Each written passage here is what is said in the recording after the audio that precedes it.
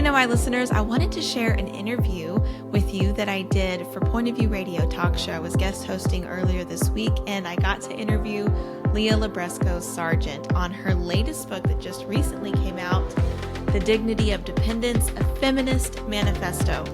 I knew when I saw that she was writing this book months ago or however long ago it was that I was going to want to get a copy and read it. And I was really hoping that I'd have the chance to interview her as well. And so it worked out for me to interview her on Point of View. And so I'm going to link to that episode in podcast format so that you can listen to it. And I really recommend listening to that in conversation with Leah and most of all getting her book and reading it for yourself. But I did want to highlight a few takeaways from the book and our interview for the Know Why podcast because it is so important and goes so well with our series on family formation. Because what Leah argues really is about fundamentally what it means to be human. And if we don't understand what it means to be human, then we really cannot understand what it means to exist in a relationship, what it means to function as a family, or how individuals and families are supposed to fit into a society. What Leah argues is that society cannot be built on what she calls a false anthropology, a false understanding of what it means to be human. And yet our society has been built on a false anthropology. It's really been built on a lie about who humans are at our core and what we are owed. So what is that lie? The lie is that we are, as humans, by nature, autonomous. That the norm and the ideal is actually autonomy, freedom, independence, basically life as an individual rather than life as an interdependent unit that is part of a much bigger community of human beings. Now, obviously, since we've been talking about this as a lie, it's no surprise that Leah, in her book, The Dignity of Dependence, is going to argue that that is not the case. It's right there in the book title, The Dignity of Dependence. But her argument, and why is it called a Feminist Manifesto, is that there are certain members of society, certain members of the human family that are more immediately and dramatically impacted when society is built around that lie. And those individuals happen to be women because as women, we are more, just based on our biology, more likely to sooner in life come across that reality of dependence. Us having additional needs and also us having people who are extremely dependent on us. And yes, we're talking about motherhood. See, women's bodies naturally function in a way that brings life forth. Now, obviously, life doesn't just appear in a woman randomly. There are actions that have to take place. But when a woman becomes pregnant, that is not an accident. That is not an anomaly. That is not a flaw or an attack on her. That is her body functioning the way that it was designed to do so. Now, again, I'm not adding any moral implications on that in terms of every woman must get pregnant, but a woman getting pregnant is not an example of her body betraying her. It is an example of her body scientifically working correctly. And so women, by our biological nature, we are made to have life grow inside of us. We are made to nurture that life. And our bodies also, even after a baby is born, we continue to nurture that life through breastfeeding, just the closeness of the mother and child, especially in those early years, that there's really not a replacement for the biological function that a biological mom serves for her child. Now, this isn't to say that there can't be other caretakers, and there are, but we live in a society that devalues that dependent relationship, and what it does is it ends up harming women and harming the young, and it harms other members of society as well. So how does this work? When the male is seen as the norm and as the standard, then women have really been told the lie or believed the lie that they have to function essentially as a male in order to enjoy equal rights and equal dignity in society. So this means suppressing their nature, suppressing their natural biological function. And this is why we allow abortion in society.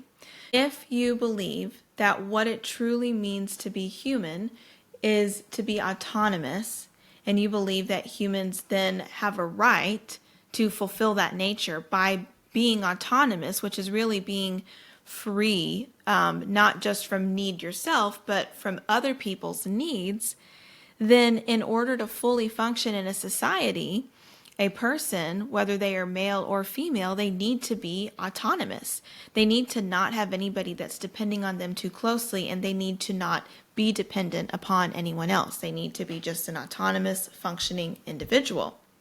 And what does pregnancy do? Again, pregnancy is normal biologically speaking. It is healthy biologically speaking because that is what women's bodies were created to do.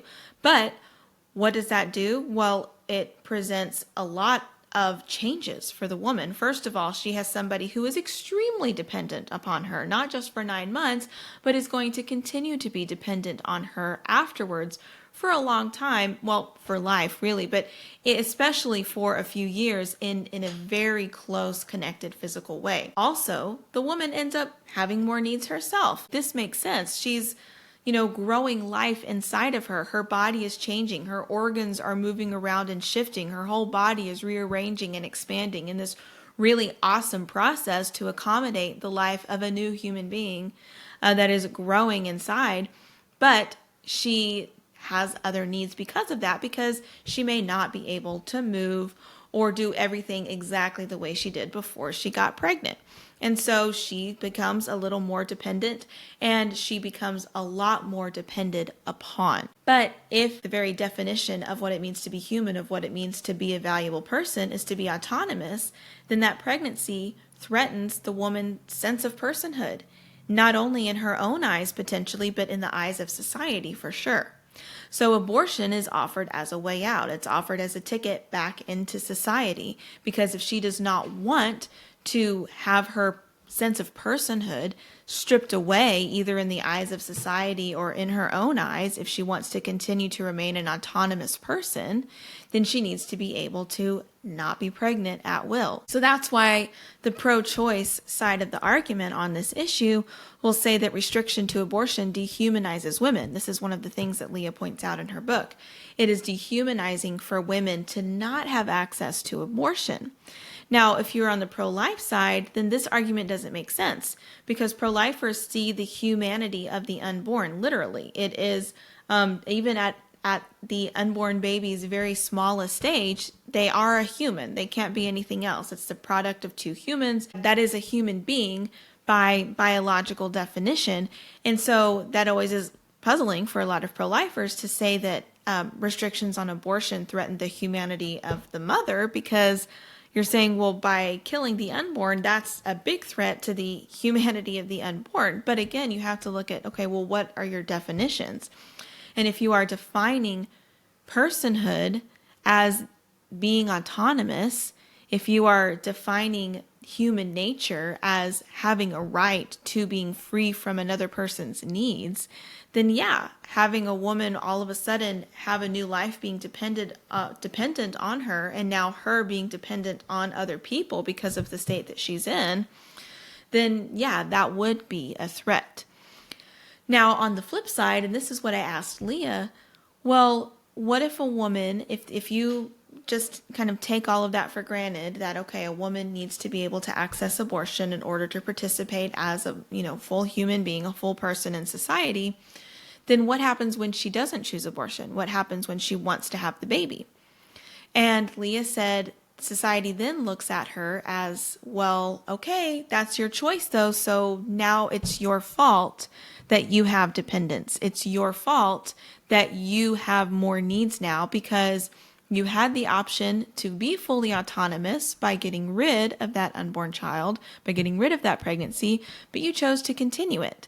So now you are dependent on others in a way that you weren't before, and now you have dependence, but that's not our fault. That's your fault because you chose it. You basically chose to remove yourself from full personhood and full rights and full equality in society.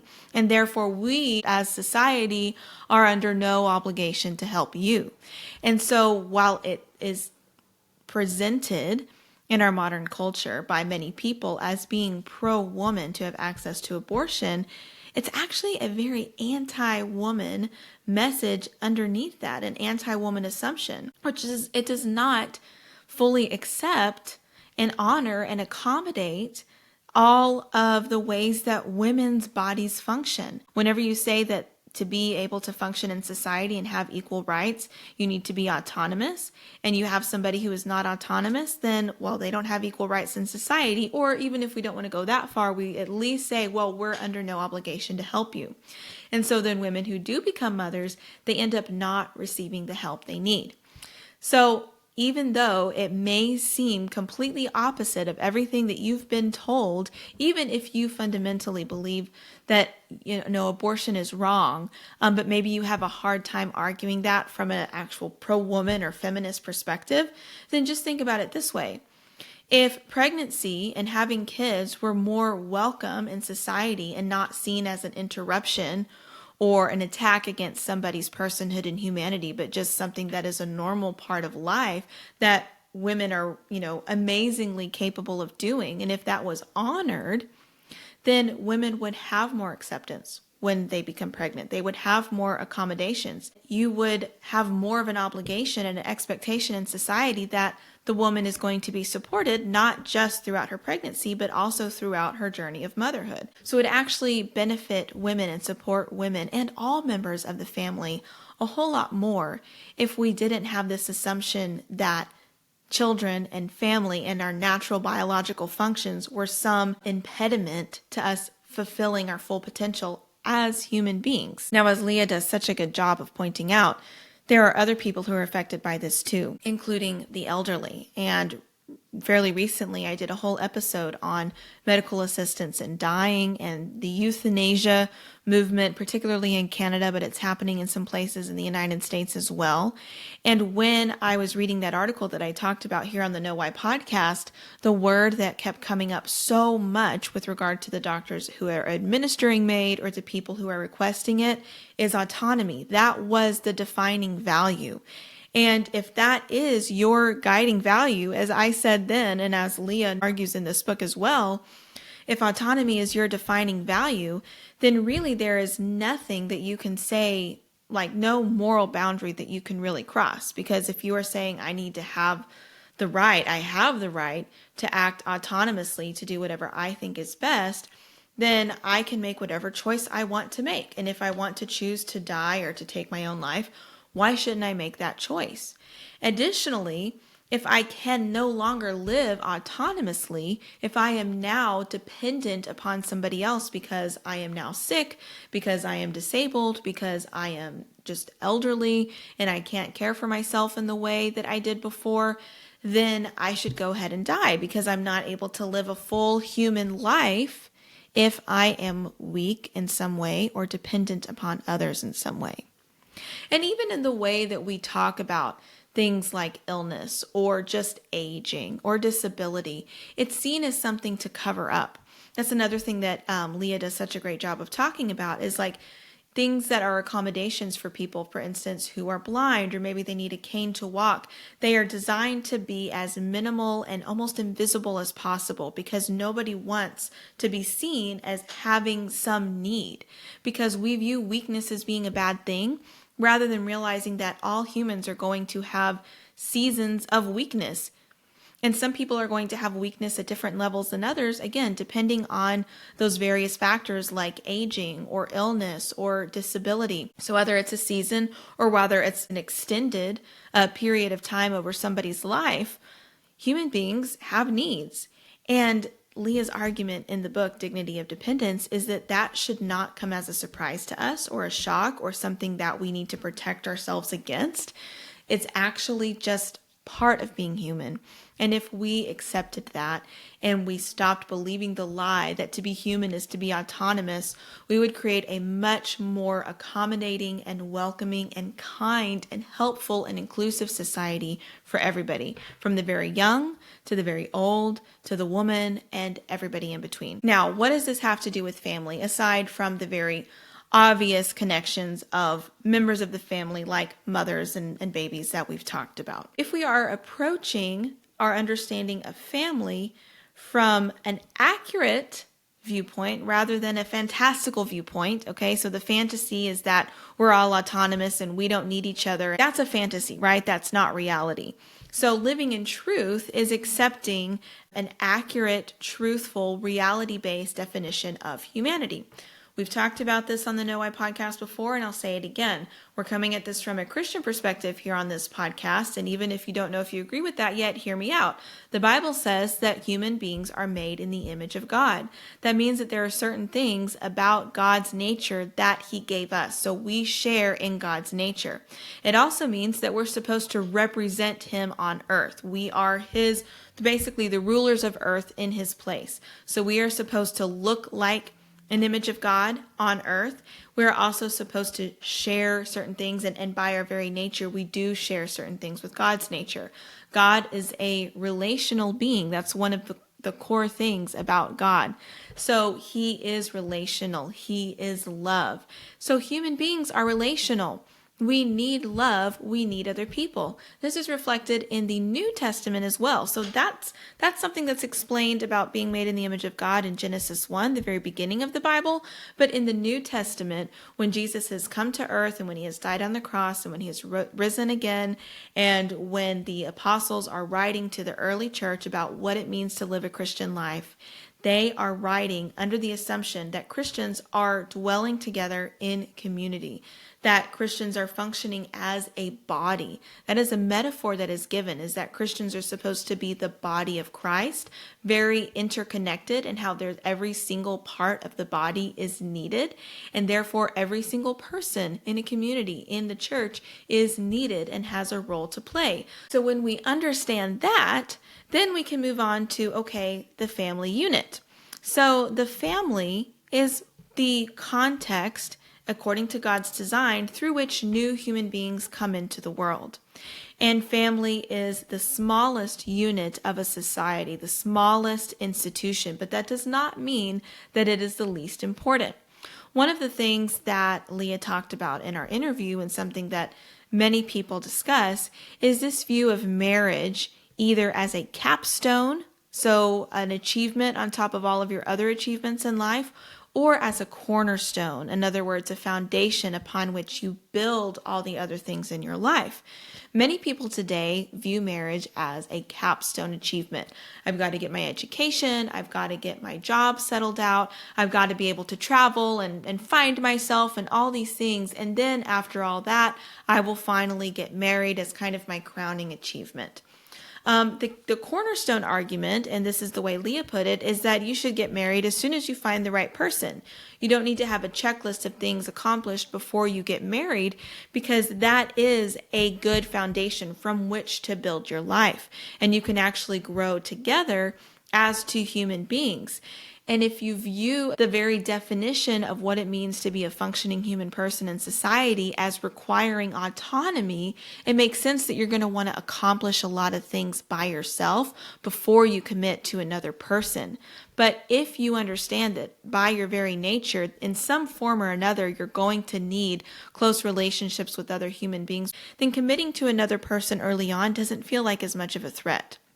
And having kids doesn't feel like as much of a threat. Instead of family becoming this thing that prevents you from doing all the things that you, the individual, need or want or have a right to do, family becomes the place where we most intimately learn what it means both to be needed by others and to have a very fulfilling and meaningful calling and role to play in providing for another person's needs, and also where we learn that it is okay to have needs and it is okay to lean on another person in different stages of life. And that is so important for children to see that too. And so one of the beautiful things that Leah talks about in her book is that when children are raised in family, in an environment that values family, then one of the beautiful things about that is that they get to learn from a very young age what it looks like to care for different members of their family in different seasons of life. They get to see how dependent a newborn baby is because they get to see what it's like to care for the younger siblings. And something else that's so beautiful too is when the older generations in your family are honored, and when people are intentional about including grandparents and great-grandparents and aunts and uncles as well, because again, that is so good for all of us, for all humans, to have those interactions and relationships with people at different stages. It also gives us an awareness of just kind of the full picture of human life.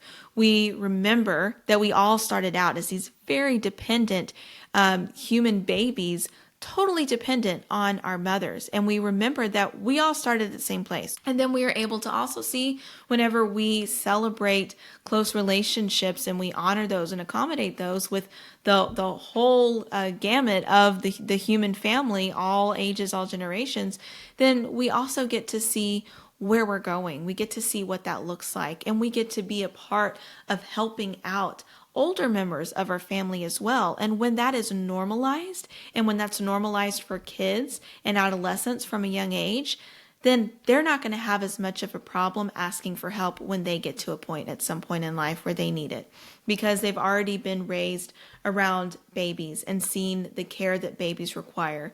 They've potentially had multiple generations of family members that love them, from parents and grandparents and aunts and uncles, to ask for help whenever they were growing or they needed advice. And they've helped care for the elderly members of their family. And they've seen what it looks like to do in different stages of life. And when that is the family environment in which a child is raised, what do you think that is going to do for them whenever they leave their household and they go off to start their own household, or they do go off to pursue whatever callings they have? They're not going to be resistant to other people or resentful of other people's needs, or maybe the weaker and the needier members of society. They are going to be more inclined to help and to serve and to be there for one another. And that is so important. We have, especially in American culture, we really look down on need. We look down on weakness. We are embarrassed to ask for help, which is one of the things that Leah emphasizes over and over in her book. And it's just, I think that her kind of practical vision and call for us to really be intentional about exposing our kids to all members of the family and really building our family lives like that, to where need is not seen as a bad thing, but just a normal part of life. That is so important in how we are raising kids. Even before you have kids, viewing marriage not as something that has to be the final grand achievement, but something that you can actually build your life on, is much more realistic, honestly, in terms of how people grow and flourish in life.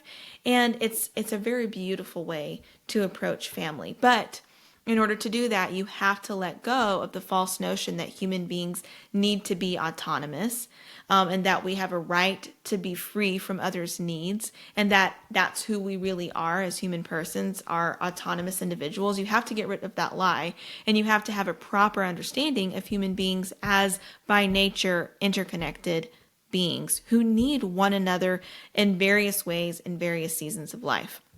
Another quick thing I'll mention that Leah highlights in her book, this is just really practical in terms of marriage, and that is kind of how families, and particularly husbands and wives, should be working as a team, including inside the household. So even though this is called a Feminist Manifesto, she has a lot of really great insights regarding men as well. And this is something that we've also talked about on the Know Why podcast over the summer. I did an episode on men's need to be needed, and how, again, going back to Genesis 1, that is something that all human beings are created for.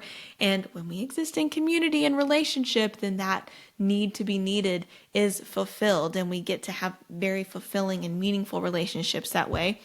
But anyway, we talked about that on the Know Why podcast. Leah talks about it in her book. And one of the things that she critiques is this extreme kind of reaction, which we've also discussed on the Know Why podcast, to progressive feminism, which is kind of a renaissance, so to speak, of more traditional gender roles in the home, something that is nicknamed on the internet the trad wife movement. So her point is that when you take that to its extreme, it really makes the home the exclusive domain of the woman. And so the wife is exclusively responsible for housekeeping, for raising and rearing kids, and all of those things. And then the husband, his exclusive role is outside the home as breadwinner, making the paycheck, whatever. And when he comes home, he doesn't have any responsibilities inside the household. He just basically gets to come home as a consumer and enjoy the household. She says this is problematic because it actually reduces the father's role to one of making money.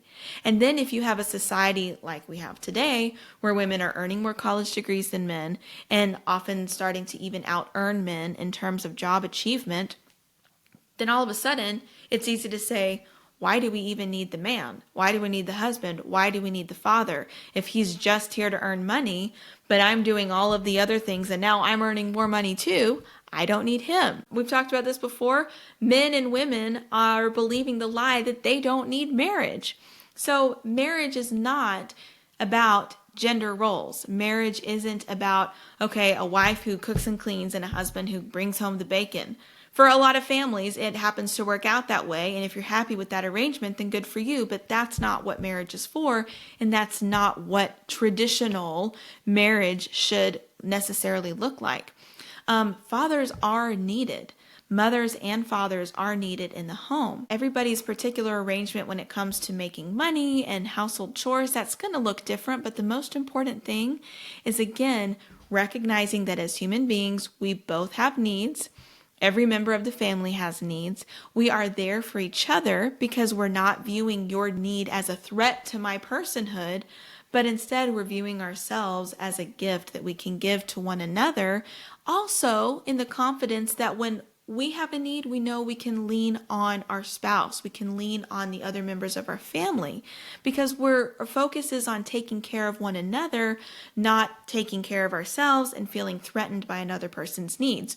When you have that attitude, it is much easier to have a teamwork mindset and approach to marriage. It doesn't really matter how the specifics, work out in an individual family, but when the attitude and the approach is one of mutual dependence and sacrifice for one another and giving of oneself to one another and love and teamwork, again, that is such a healthier place from which to build a family. And when young humans come into the world through family as they are designed to do, and that's the environment that they're raised in, that is such a healthy place to then launch into the world from.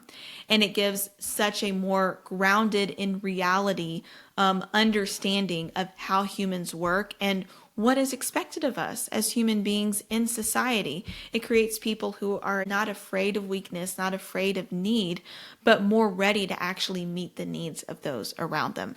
So those are some of my quick thoughts on the dignity of dependence. But I did an hour-long interview with Leah on the book, and we talked about this and so much more.